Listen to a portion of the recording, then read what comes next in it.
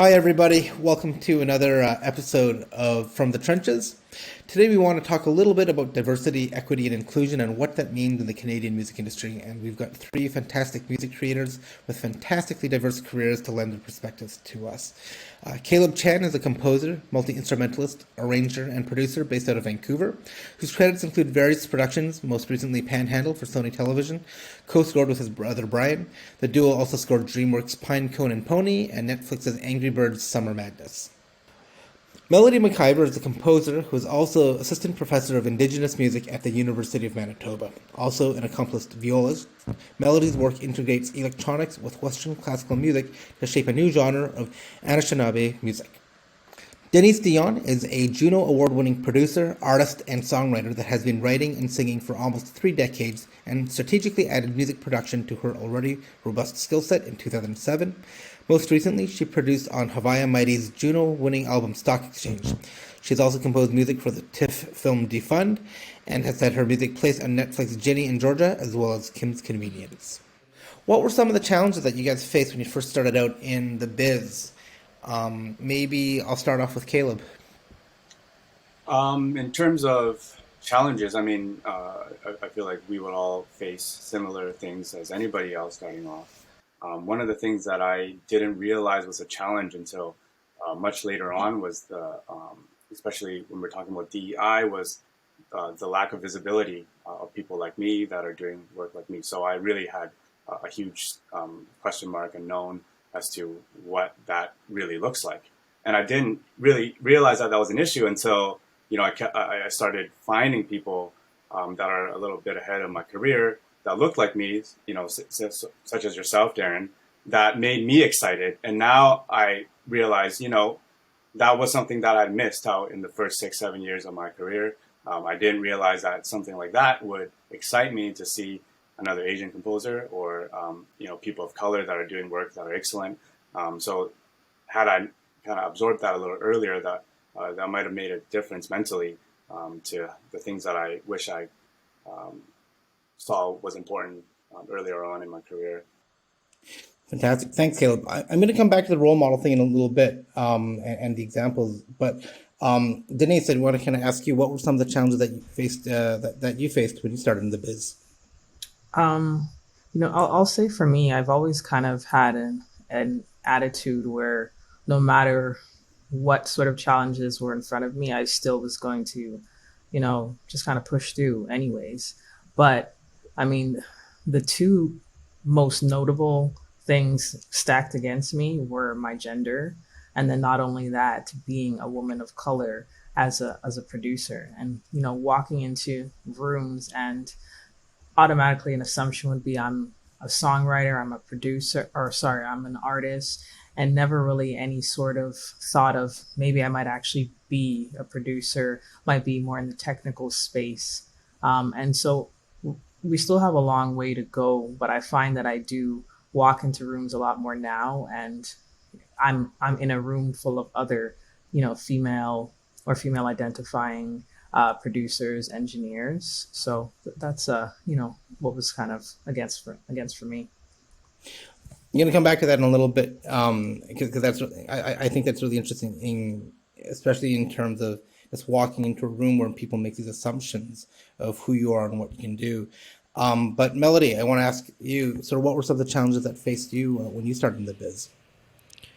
Um, I've been thinking about this all day, and I can't think of a single full-time Indigenous, or I know one Métis full-time media composer in Canada. I can't think of a single Native American or First Nations person or Inuit person that's working full-time in media composition. There's a great and expanding pool of Indigenous composers across North America, and most of us have our hands in a couple of different areas, whether we're teaching in addition to composing, or I'd say we're currently getting more work in concert music and art music than opportunities in film and media, even though conventional wisdom says that the money is there more so for media composition than for art music. So I think there's just a major disparity where places that we want to be as Indigenous artists don't necessarily have the infrastructure behind it.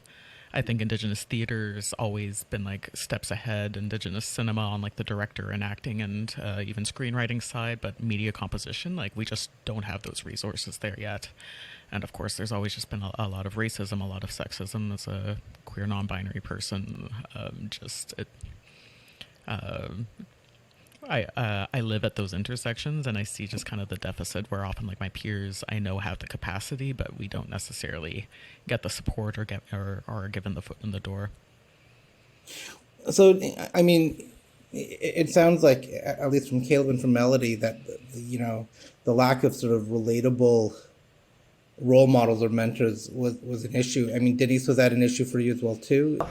Um, I think I'm becoming more of what I would have wanted to see when I was growing up, but now I'm kind of discovering different, producers, engineers that kind of exist, and I know that we've always kind of existed in hidden spaces, and we're slowly emerging, and we're saying, "Hey, I've been here for like 30 years. You just weren't looking hard enough." So I know that we're there, but naturally, like my response to that is that if I'm not seeing it, then maybe I just need to be it, and so I just kind of continually aim to be that. Caleb, you talked about not seeing, seeing role models sort of that who looked like you. I'm wondering if you can talk a little bit about that. In terms of role models, my role models really were my peers, and not really my peers even in this industry. They're peers that work in accounting, peers that worked in nonprofit, literally peers that just had different experiences in their own respective work field. And like we'd share stories and joke, like, what, like this dude called you, like they said your name this way, like that's, and that's sort of the feedback that I was getting, and now kind of desiring that to be more of a force inside the industry, which is encouraging to see that it's happening now. And I'm very grateful because I work with my brother who, same background as me, we were raised the same way, we got the same color, we're the same ethnicity, and now we're having that conversation between the two of us. So there's a bit of a comfort and safeguard for us there, where we're entering to these conversations together, and it's not just like a lone wolf, interfacing with clients, and now you're the only one in the room that's going to bring up something that's going to make everybody uncomfortable, and assessing those areas out, and how to approach those has become really important for me and us in the journey. Absolutely. Melody, I wanted to talk a little bit about you because you specifically mentioned the fact that there were, especially in sort of, concert music, but also film music, the lack of like full-time Indigenous composers. And so when you're striving to be that role model for others, what does that look like for you? I'm in my second year now working as an assistant professor, so finally it's like a dedicated space for me to work full-time teaching music. Prior to this point, I've always held down full-time work in non-music fields while doing residencies and mentorship programs, like accumulating over time to then like go on tour for a couple of days, like working with students in that full-time capacity. It's really nice because like it allows that more sustained relationship building and consistency that I think is really essential to a mentorship capacity. And sometimes like you're only together with people for a day or two, or it's just such an uphill struggle, especially when I've been working with a lot of youth from Northern Ontario. One of I think the question that a lot of music creators have is, where do you draw the line between paying homage respectfully to something and then cultural appropriation? And I think especially within anything that touches within sort of Indigenous music, I think a lot of Canadian music creators some are finding it the hard way, what it is, what that means. And I wonder if you just maybe talk about that for a little bit. I mean, I think I'm probably going to end up writing a book on that in the next couple of years. So I'll try to be concise, but I think to put on my academic hat for a second, like in like the art music sphere, like I think a lot of what Canadian classical music composition practices have done, like they really paralleled a lot of other Canadian nation building kind of exploits and narrative themes that were present throughout the 20th century and that continue today. And I think it's an entitlement. Like, you're entitled to, settler Canadians are entitled to Indigenous lands, and it means that they also feel entitled to Indigenous cultural property. And so I see, and I think part of this is the corner that funders have backed us into a bit, where they're saying, well, like, we want to see diversity represented in your programming, so what are you doing? And they, I can think of dozens of examples of middle-aged white male Canadian composers that somehow managed to get themselves an Indian name and like find a story to write about, and then they do this orchestral suite about it, and then like some orchestra programs them, and that's like their DEI programming for the year. And it's almost a trope. No, it is it's a trope. And in the meantime, I think the notion of actually hiring like an all Indigenous team to create the story and see how that would be produced and what that would sound like. There's probably going to be a lot less of that like Peter Pan kind of tribal drum thumping involved if you give the reins to an Indigenous composer, but I think that's still really like dialed into the popular imagination. A lot to think about there, Melody. Caleb, what about you? You know, in terms of drawing the line between sort of paying homage respectfully and then cultural appropriation, how do you draw the line, and how do you, you know, when you have to make creative decisions? I want to read that book, first of all, because I think Yeah. that'd be super helpful.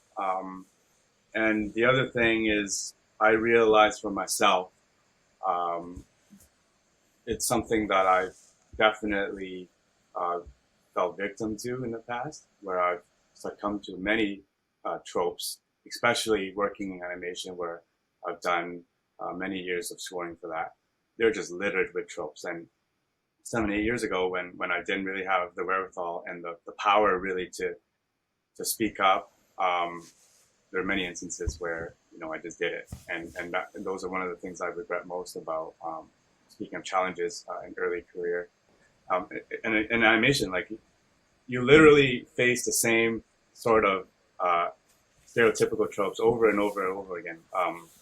You know, if you're on top of a mountain and it's a very they call it Zen vibe, they just want some Asian music to address that. And you're like, well, you know, I could do it with synths, I could do it some other way. I don't have to do it this way because now you feel like the only way to represent this feeling is through Zen music. That's a very common one, and that's the sort of like tokenizing that happens across the field over and over and over again. And nowadays, you know, we'd be able to pick that up and you're like, you know what, like, I don't think that's the right way to represent this. Like, it's becoming tropey to kind of use this music this way. And there's so much in the way of having an honest conversation that it takes some practice to be able to break that down and be like, hey, you know what, for this scene, giving them an alternative to approach it really helps. At least it's much more, you know, a thing that you need to talk about because it's in your face now. But now there's a little bit more access to have those hard conversations. So. Denise, did you want to pop in here and just refresh our memories? It's about drawing the line between paying homage respectfully and then cultural versus cultural appropriation.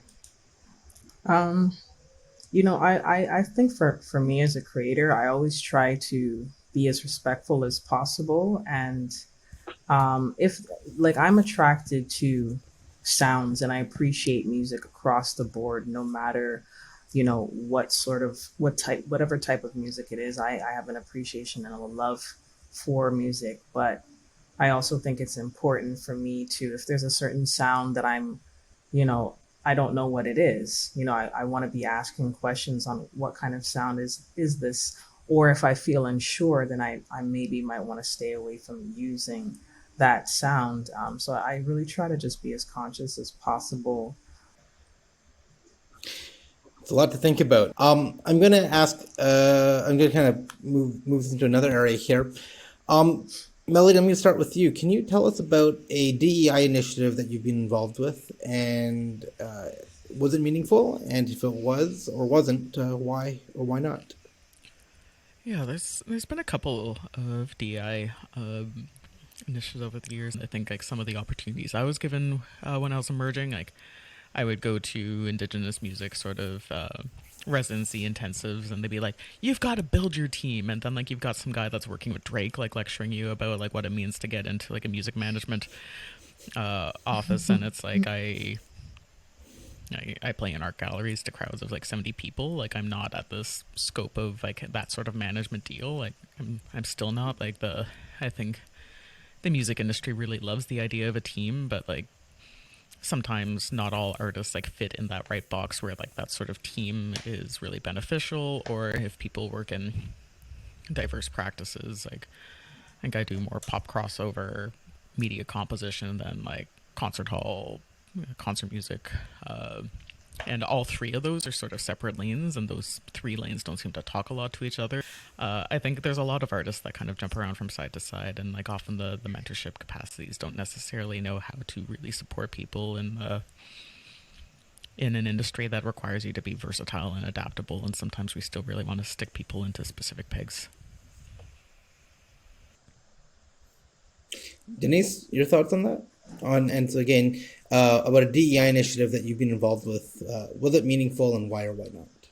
As far as the DEI initiatives, funny enough, the program that Melody spoke about, I was in the first cohort. So I actually had the opportunity of doing the traveling and doing a bit of the industry networking, but I didn't have the experience of sitting in with, say, a mastering engineer or a lot of the kind of like online, any of that stuff that was going on for the COVID cohort. And I mean, it also, in my opinion, is for us to kind of like really figure out what it is we need and then connect the dots with the right people, after the fact. So, there's a lot of people who I've met along the way who maybe I don't collaborate with them during the program, but then down the road, because I've met them through the program, it's kind of facilitated a relationship, that's been built. And then we kind of go from there. Yeah. Caleb?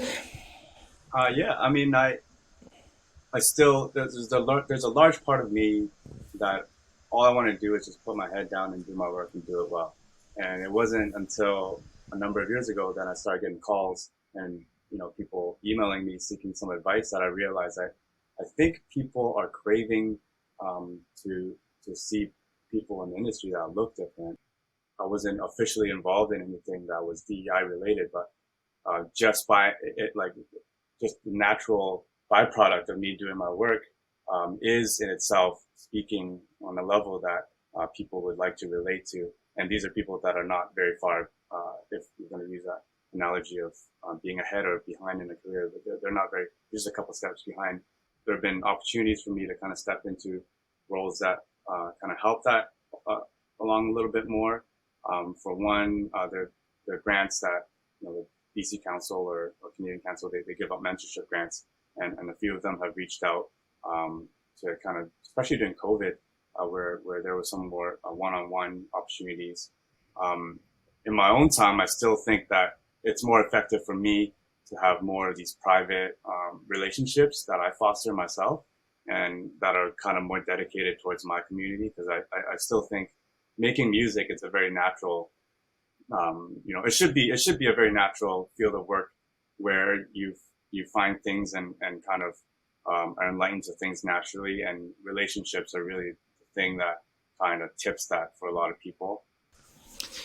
That's a lot to chew on. I'm gonna maybe ask Denise to start off with this one, and it's sort of a broad-based question.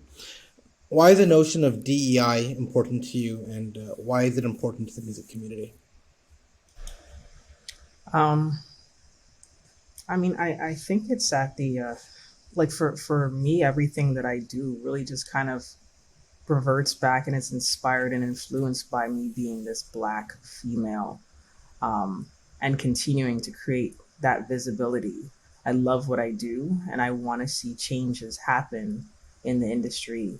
I again, like I always want to see more people that look like me, and so that's definitely the cornerstone of my work and what I do, and just continuing to just push the, whatever sort of boundaries there might be, and say, hey, I'm here and you're not going to ignore me.